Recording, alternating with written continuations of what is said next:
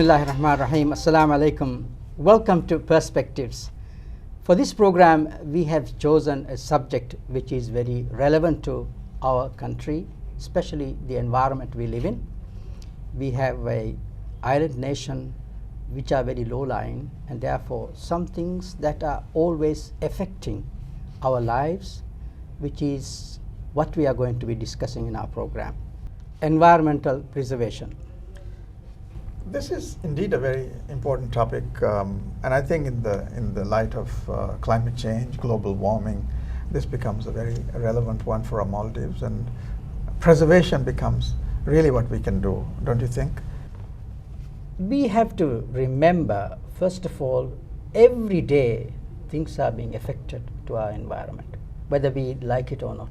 It is beyond our control. As a nation which is so vulnerable, if there's a strong wind, we have to worry. If there's a strong sea, we have to worry. All these factors are affecting us. I think we as a nation have a responsibility to show our concerns to the rest of the world, don't you? Yes, in our daily lives we have this problem because being an island nation, and our environment becomes the major thing that we need to live with. It's our resource, it's our home, and all that. But beyond that, with this new discovery that our globe is warming, and due to that warming, many things are happening. And so, what do we do? Well, there's nothing much. As a small country, yes, our contributions would be rather limited, but there is a responsibility on us, which is to show to the rest of the world that we are really concerned about it. Right. We have to make an impact from the way we behave, the way we deal with our lives, how we are concerned about it, and how do we try to save energy in terms of wasting it, and how we try to deal with the environmental factors that are affecting us. These are very important factors. So in that respect, we have a very important program today. Definitely, yes. So today we have as our first guest, Mr. HUSSAIN RASHEED. I would say that he considers himself an environmental activist. He's been son of the sea, so to say, for several years. Several decades. Yeah, to be realistic. Yes. I don't want to say how young he is or old he is. He started young. Yes, he is, and just like all of us, time takes. But then the passion continues. So he has been the former dean of the Faculty of Marine Studies in Villa College. And in fact, he's been the perpetrator of that. He's the founder of that. And that's a great privilege, I guess. He says the ocean is his playground, and it's now his office also, and classroom also. So it's a very good way that just comes out to say how passionate you are about this subject. So it's a great pleasure to have you here. Welcome to our program. Thank you for the invitation. And for us to say something. So let me begin.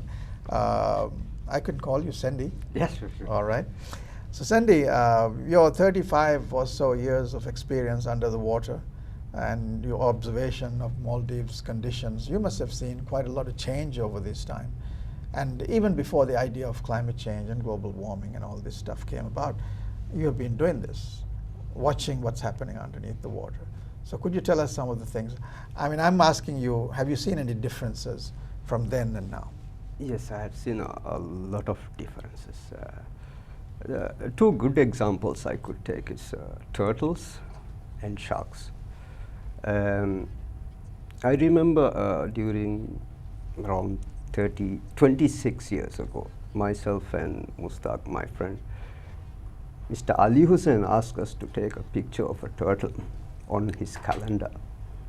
We have to travel to Nemo Atoll to see a turtle. And that time it was turtles we can kill, and there was no protected. It's not a protected species. But today, if I jump in the house reef of Malé, I could make a picture of a turtle. So that's an improvement in that's the sense. a big change. Population I mean, so of turtles. when we take action, then it comes back. You know, we have to. And the same thing goes sharks. We used to take pictures of sharks just outside Tilafushi at 9 meters. 30, 40 grey sharks. The sharks were depleting, and it was almost we were not able to see sharks in the What happened? Maldives. How was it depleting? Why was it? For the benefit of the audience, obviously, we need to. Okay, sharks. We have been killing sharks in the Maldives For the wrong reasons. No, for a good reason. I see. Yeah. The oil, Oil, yeah. Katimir Yes. oil. But then there was at a certain period there was this export The fins. boom. Shark products and everything came into Maldives, and then the sharks start depleting. And we 2009, I was on a trip to Kurdufushi and spoke with Mr. Orahabe. He's the main man for shark products export.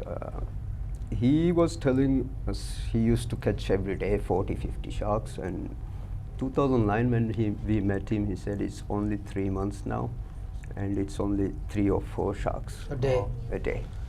That's a major decline. That tells a lot. That tells a lot. Yes. Yes. So in 2010, the travel export ban of shark product came into action. Prior to that, 800 tons of shark products were exported. Annually. Yeah, annually. That It's means how customs many record. sharks? How many sharks would have been Yes. part of that? Yes. And that, when I spoke to Mr. Orahabe, so we asked him, what does the shark play? What is the role of a shark when for the fishing industry? Yes. And is number one commander. And we asked number 2, and he said dolphin. So basically dolphins and sharks, they bring the tuna up to the surface, and that's where we do the fishing when they reach the surface. Exactly. So in this chain, a lot of things are missing. Another thing which is affecting our fishing industry is the seagrass. All the rehi, it's the breeding ground, Ground for them. Yes. and their micro food is on the Rehi is this spreads. bait fish. Bait All fish, the bait the fish. bait fish, Most probably, around 80% of the bait fish, they live in the lagoons. Yes. Yes. And we are damaging too much. We are covering those breeding grounds with sand without knowing what we are doing, I think. Why would we cover with sand? Development. Oh, you mean to say reclamation? Reclamation. Oh, I see. Okay. We are covering those breeding grounds. You remember the yellow butterfly in Maldives? Yes. Yes. Yes. Digutiera fly. Yes. But when Digutiera is gone, you don't see it. Butterflies Yellow don't come So anymore. that is happening when we reclaim too much. We change the whole system. I think you know Destroyed. what Sandy is referring to. Those days, you remember when we were children, we got the sand for construction work from the beach. Yes. But yeah. now it's at a stage where people go to the deep sea. More or less, they dive down and then take the sand and bag them. Am I right? Yes. So this is the reason why the breeding ground for our bait fish, which we call sprats, I think that's the name for these small fish, very tiny, slim ones. So that results in decline fishing.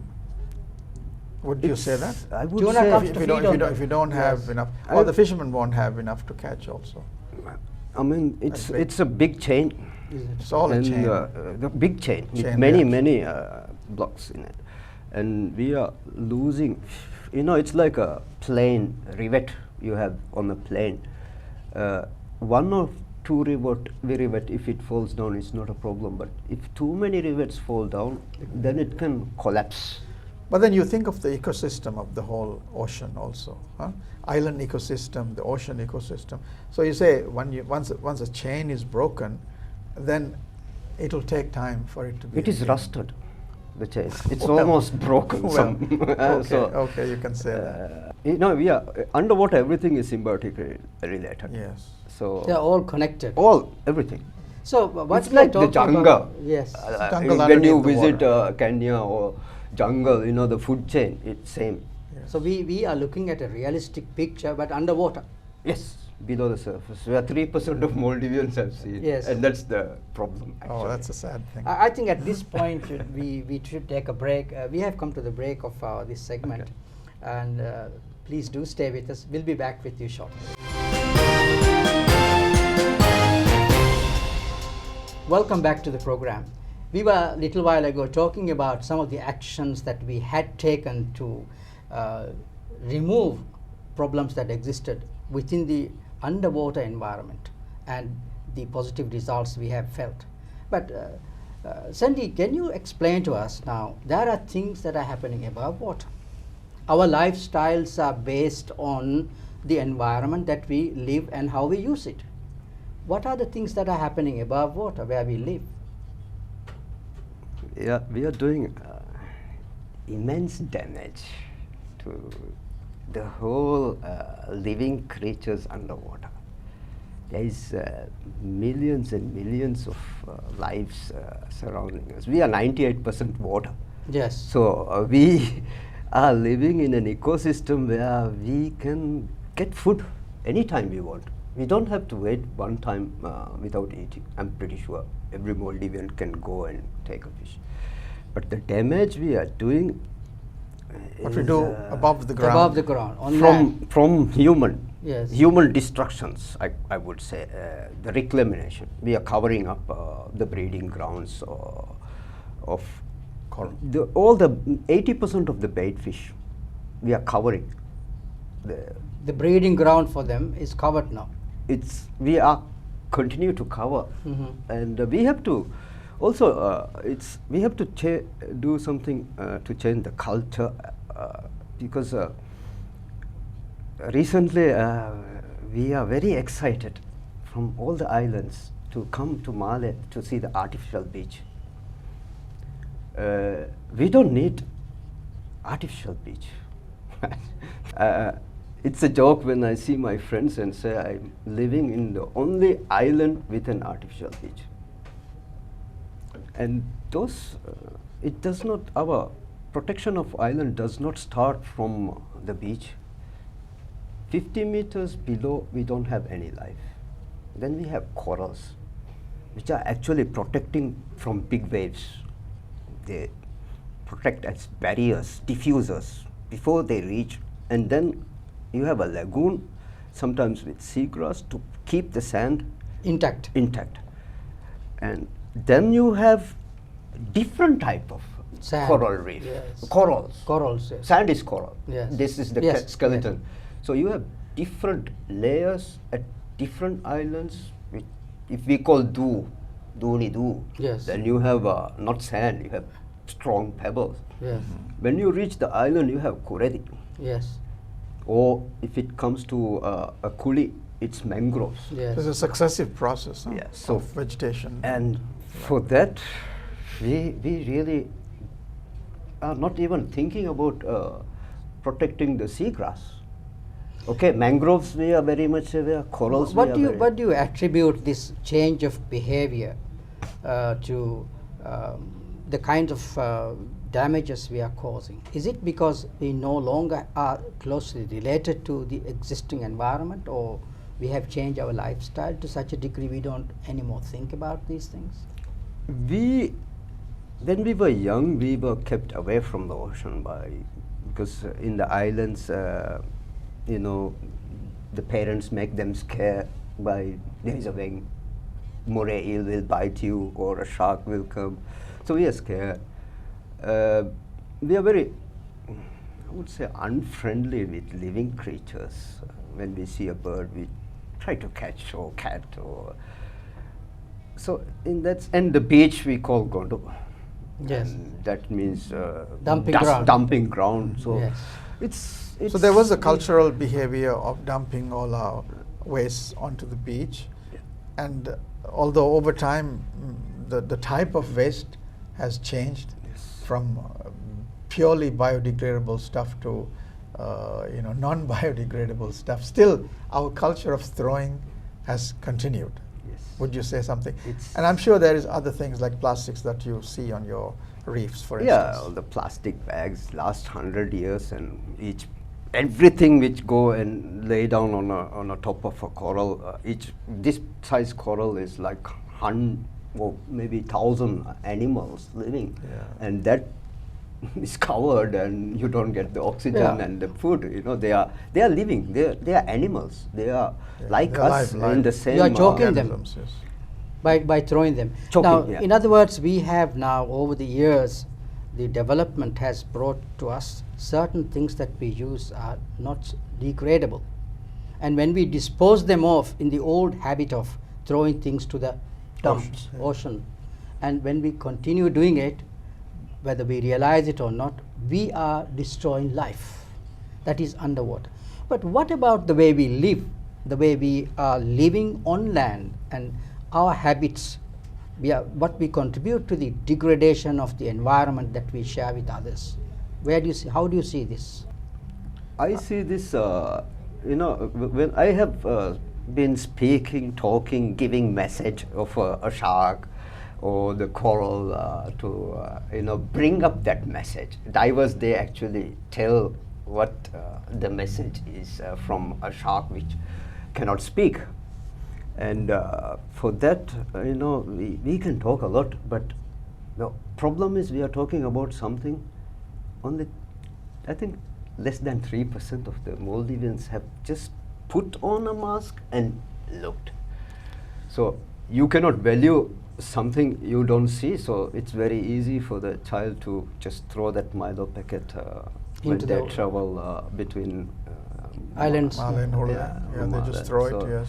So to tackle this problem, we have to take more people To have a look at Full it. experience. and every island backyard is a marine lab, and we can, we need research, and that's what we are doing in So Villa you would say College. that even in our marine biology classes, we need to move beyond just the theory that we are learning, marine sciences. In our schools now, there is this subject, but would you say that we have to have more practicals?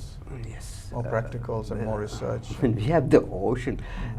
Last week I met the German underwater marine society, and they said, in the world we have very few Examples labs or research labs in a location where you are surrounded with a whole coral reef system, Right. So, but I think the best thing is to bring them. Most of the people are not very friendly with this environment. You have to. Sandy, I always thought that teaching good habits to the people who live on the islands, people who have seen the ocean and the way it's suffering, it's been choked. Why can't we take videography or photography of these things and in a descriptive manner share it with the people who are damaging it? What sort of an impact are you going to see as a result of that? As a result, I'm afraid to live in Malé. Why is that? Because Malé is like, north side is about 55 meters. South side of Malé is around 800 meters deep. And the whole surrounding is like the skin of a tree. The corals are actually covering. The rest Protecting the- inside, million years ago, this was the corals, live corals, but they become sand. So inside is basically like a sand Yes. thing, and then a shell, a layer of shell corals. And these corals, we don't know the condition because all the toilet pipes, all the chemicals chemicals, and the all that. shampoo. And all the buildings. I mean, the coral is very, very sensitive. That's why, with this El Nino, the corals are dying because of 2-degree temperature. They become a graveyard, Yes. the coral. So we could see the climate change very easily when you just put on a mask and look underwater. You will find very fine white color corals, and they are the skeleton, the dead coral. So these corals, I don't know how strong they are, if they are weak. What is your reaction to the amount of sand that is being exhumed from the middle of the island for construction purposes? We are going to have huge, heavy buildings being built. What sort of an impact would that have on your concerns? I see the Maldives islands is nature given islands. The names are given by nature. Hanimadu, Digura. These names are nature given names, and we cannot even Change touch a single piece of sand. We cannot take. We cannot touch the Kuredi. I think So you would say that we have to live trying to adjust our lives according to what nature has given us rather than change nature. Yeah. Then That- we don't that's have to build artificial beach. Artificial beach, of course, Mali's situation is very different also. We've created an artificial environment. We've reclaimed half of Mali's, one-third of Mali is reclaimed. And so you have to have some place to swim. That's the only reason I see that. But I see your point. We have beaches everywhere. Now, Maldives is growing. I still see when it is low tide, I go around the coral reef when it is very low tide. And that means sea level rise, we are growing. The corals are growing. So I believe Maldives will be the last to sink. But in Mali, if the sea level rise, if they say in 100 years we have 10 feet of sea level rise, Mali first floor will be below the surface. All the rest of the islands which we don't touch uninterrupted, yes.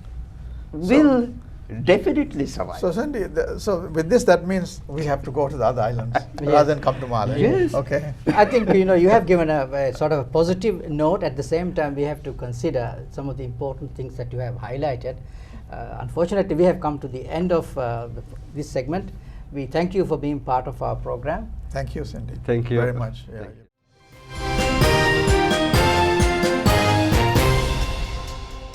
Welcome back. We are again with our second guest, Dr. MIZNA MOHAMED. She's an environmental science major, and her area of concern is environmental valuation. And I think this is a very important area because our environment has to be seen not just for its physical concerns, but what value it gives to us in our lives. And I think this is the concern that she would like to talk about. So let me ask you. Welcome to our program. So starting off, can we have something of a definition perhaps? How do you see environment? I think since you're talking about a valuation process, there is a concern that we should not see environment only in one way. It has multiple dimensions. So could you talk a little bit about that? Well, first, I'd like to thank you for inviting me to come to your show. So thank you for You're that. most And talking about environment, how we define and how do we define environment? And as my area has been on valuing, I have learned that value is something that is different to each person. It is how one person values something would be very different to how another person values something. And with the environment being a natural environment is a very complex thing, and we have human beings who we are equally complex, so it's a very complex subject, I would say. And in terms of values, what I believe we should not be, when we say the word environment, not think only of the natural environment. Usually, when for my PhD, I was doing field work in the island communities, and when I said I'm doing research about the environment, I used the Divehi term, the Timaveshi, and immediately people will talk to me about how they don't throw rubbish, they put it in the proper places, we don't take sand from the beach, we take it from the designated areas, and all these are terms that I remember. I used to work in the environment ministry, and we go and train people. So these are terms we have been teaching in this awareness session. So I see this is very familiar. They are talking to me back in the jargon we have been teaching them. Exactly. And so I realized this is how they are thinking of the environment, just protecting, preserving, and those things. So I stopped using the word Timawashi during my fieldwork, and I started using the word reefs or describing this lagoon. So all the physical features rather than using one word which meant the environment. So people were really thinking about the natural environment, but I feel we have to be thinking not as like outside looking at it.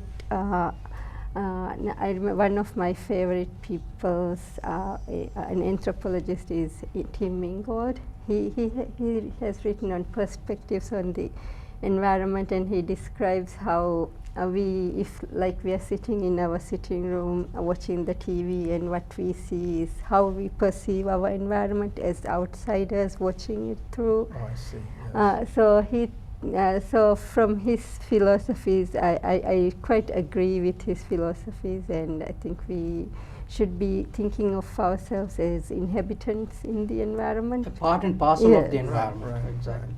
So not just the natural, but the physical environment, Social. the built environment, the social environment, how we interact with each other, how we interact with the humans, and nature interacting humans and humans. So everything together. So, Mr. What you're saying is that we have got used to our government programs, our mitigation programs, or adaptation programs, or whatever, and we just parrot out the environment to be what we have been told, right? So that's what you say. But so you are trying to say that we will have to look at environment as more dynamic and more organic, and that we are a part of the environment. So if we don't preserve the environment, we will also become extinct, perhaps. Is that how you look at it? Yes. You want people to look at it that way?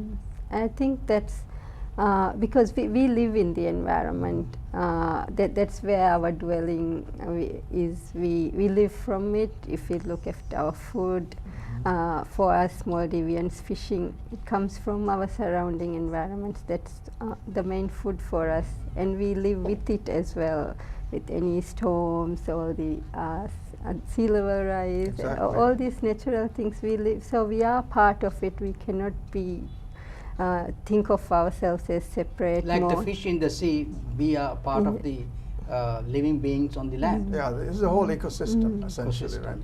We were, I think, Mustafa, we were talking about how our behavior is also affecting our environment. Yes. I mean, I think as MIZNA says, our lives are dependent on how we create our lives Yes. and how we take care of our environment, because this is the house that we live in, essentially. And people say that you can't, people who live in glass houses cannot throw stones, like that. We have to be very concerned and aware of this interactive aspect of environment. I think MIZNA's point of view, which is not new, but she is making it stronger, so people should start understanding the implied meaning of environment. It is not something which is except you, what is around you. Unfortunately, the Divehi jargon that we had been used is not that it is insufficient, but misunderstood, because this was the problem. The Divehi word is Tima Veshi. Now, Tima Veshi is, in this case, Tima is also part and parcel of that surrounding, that is. Then our responsibilities become more clear. And how do you see that if we are able to change the way we see it, the role of the people, how do you see it? And you mentioned Timawashi, the term. When I think of during my research, I had to really deeply think about how we define the environment. And Timawashi, for me, I see, in addition to Tima as the self, this kinship relations, Yes. like Timage. So So if you think of it in that way, there is this kinship relation you have with the environment, you and the environment. So that's perhaps another way to look at it. That's a very interesting way to look at it. I never imagined that. But Timage, Yes. like Timage also relates to... No, Timage, I think it is a subject we might want to elaborate.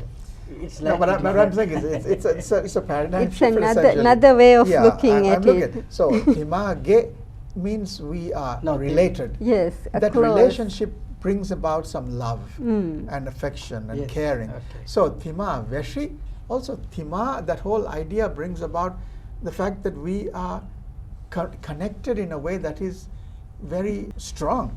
Yes, And many Tima, I that- think in Timage, the word it is, Yeah. when it is explained to, let me. I let don't me want into a try. debate on this, No, but not a debate. But it's just I just that, want to share with you. From what MIZNA said, it is just derived. It's Yeah. derived from yours. Mm. Tima is you. Your relatives is Timage Mehu. Mm. Oneself's relative is Timage Mehu. Timage Mehung is shortened Timage.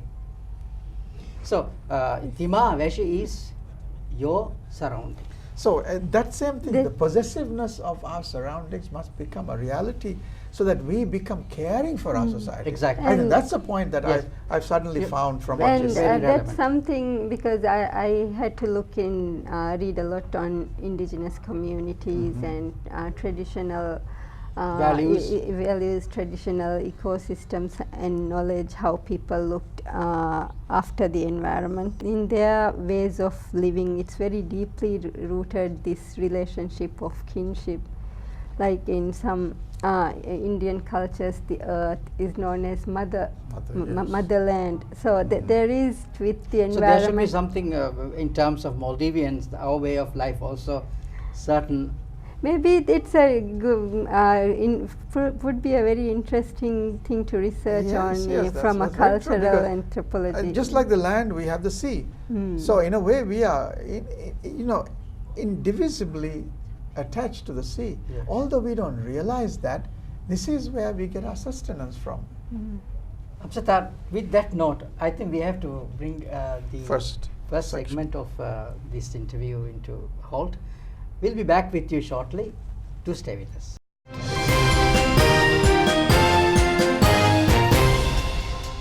Welcome back. We are talking to Dr. MIZNA on environmental valuation. When we left off, we were talking about how the environmental connection with our minds must happen before we can really become action-oriented people. So MIZNA, can we take from there that this thing about love for the environment, because it's a part of you also, part of us, only then can we become true action-oriented people. Otherwise, we'll be just doing something somebody tells us to do. So how do we get that message across, and how do you think we can effect that? I think, as in anything we do, it has to really come from us, if to actually do it. When I in my field work on how people look at the environment, I was specifically looking at the reefs, but in Maldives you can say the whole environment is marine. But I found that the way we have valued the environment has really changed. So these are some of the things maybe that we can look into to bringing about change. Has the change been for the good? Do we need to bring back some old values? One of the main things I found is the interaction people have with the environment. It has really reduced a lot, because in Maldivian families we've had many people migrate to Malé, so that even from our generation, many of the children they were brought up in Malé, and the second generations are growing up in Malé, and their children rarely do have an interaction with the environment. Like, say, if I look at a typical working day for me, I don't think I would have seen the ocean or the Exactly, beach. yes. So in a way, our children are growing in a nature deficit environment. So So if before, traditionally everyone, they were interacting with the ocean, say everyone went fishing. That was a very common statement I heard from all the people I interviewed. So every day the men were out there fishing, women were curing the fish, processing it, looking after it. Still food that comes from nature. The children, they go swimming, so there's a lot of interaction. They know the names of the different kinds of fish, the trees that are in our environment. For example, now we live in these big built houses, but the youngsters I interviewed, they don't relate it actually to this is sand, and from the sandbanks, from our environment is in this is used to build yes. this house. What built this house? Yes. So, but they would say this was an incident which happened in one of the islands. There were people who were mining sand. So there are designated areas. So these are sand miners who collect sand from there. And this, I was interviewing some. They've just finished year 10, so the students, and because they know I'm working on an environmental subject, they say they were giving me their opinions that how bad it is to take sand from the from the surrounding, and they were talking about how it will cause erosion. So they were showing a concern for the environment in that way. But on the other hand, many of the youngsters I met, when I looked at the scads, which come, behemoths, Yes. mushimaskan, Yes. how they interact with the these, and the youngsters, they will be now using nets or even with multiple hooks. Yes. Okay. So these things, and the elders are more concerned about this because they say if you do that, the fish will go away.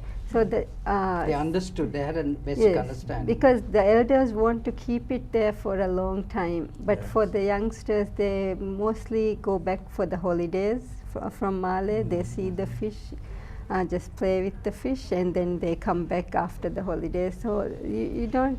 But as you have described, this is our detachment from the real environment that we belong to, and people have migrated to different environment. But the environment is still with us, and we are part of that environment. When we live in a built-up town where we have tall buildings, as you say, and we have to become a bit more thoughtful of what is around us and what are we a part of that, what are our responsibilities. Are we paying attention to these things? What is in your opinion, are we paying enough attention? To tell the truth, I feel really sad living in Male, seeing how little people care for the environment, not just our natural environment. Like if you, like we all live in Male and we see the state of the roads, the rubbish that's thrown. I don't think that's something we should wait for the government to come and do, have people to pick up the rubbish. It's something we can do ourselves. As we did in the That's old true. days. That's true. Yes. But that's also change that's happened, Mustafa, also. Yes. I mean, you and I know. Male, as it was before, such a nice and clean place. In the morning, everybody will clean their own, water, house front, because, as you say, we cared for that environment. But now the municipal system has come. I mean, I'm talking about urbanization. Actually, urbanization has taken away that caring for our own plot of land also. Beyond just in front of our land also. That's municipal space, so we don't want to do anything. And there's so many stories. So there's so much. I mean, the urban living has completely changed the frame of mind of the inhabitant of the land. But I think why do we have to focus on picking up the rubbish? Why not throwing the rubbish in the first place? Yes, that's There's right. so many bottles. Even today, You're so walking right. here, You're so I right. saw some youngsters just drinking the bottle of water and throwing it away. on the road. Because they don't value that place. No, that's why. They don't value it as but theirs. there is an important point here that we should also focus, which is how are we going to change this around? Oh, But Mizna, I mean, I think I'm trying to answer. yes, you know, I can think, answer. I mean, it's what I think, but people can have different views. But I think it's through the young children, the education system. We should be not just taking them to school to learn some subjects, to learn mathematics or learn science, but that a sense of connection with our environment and the social connection with each other as well. So We've that's a become very social. individualistic society, I think. So How that's much, right. yes, how much is there that we can learn from others who have had this experience before us, and to change it around what they have done? Let's say we take a country, you know, that we might be familiar, and that we learn the lessons from those adaptations they have made, and they have improved their environmental concerns, the lifestyle, quality of life. There are certain things about us that we should not forget, that things have not changed the amount of space we have to live as small islands. But we are using faster, more sophisticated transport systems to go across the small space we have. And at the same time, we are contributing to the worsening of the environmental, the air quality and what have you. But how can't we change it? I think there are a lot of things that should happen even at the policy level. There are things that can be done, there are individual level things that can be done.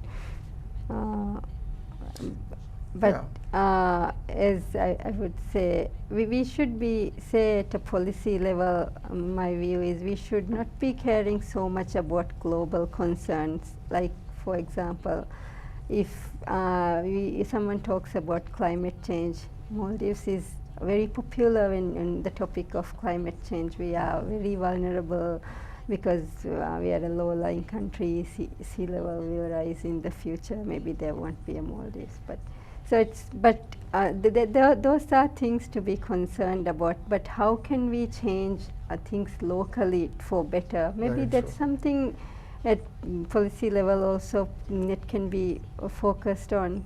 I think you are dead right there. It is not a question of pointing out our natural factors that become vulnerable, but what are we doing in terms of changing our way of life to improve or to reduce the amount of deteriorational behavior. The issue is also that we are not contributing to this problem in the sense of climate change, you know, but we are at the global level talking a lot about it. Being a part of it is very good, but we come back home and we don't do anything about it. I think the issues, as you had also mentioned, unless we get that connection with the environment, we don't take action. There are so many things that we can do, MIZNA. I mean, I'm sure you can tell us. MIZNA, but there are so much of we are asking preservation. MIZNA when we have come to the end of the program. Well, But always we need I time. want to add, But I just think at we the need some. individual level also, there Yes, are please. many things you could do. I think we should be learning to engage more with the environment and take care of it, not because you want to you want to be labeled as an environmentalist or tree hugger and you care for the natural environment, but because you are part of the environment, and in the end you also suffer if anything happens to You're you. caring because you are a part of it also. That's right. Thank you very much for being part of our program and for sharing your wisdom. We would like to thank our audience for watching and listening to us. This is a subject, as our guests have pointed out, an environment is part and parcel of our life. We are talking about what is not only around us, but where we are, and we are part of that. Thank you very much, MIZNA. Thank you so much. You've been enlightening. in Thank you this- for in being this few minutes. Yes. with us. Thank you for listening and watching us. We'll be back with you next week. Thank you.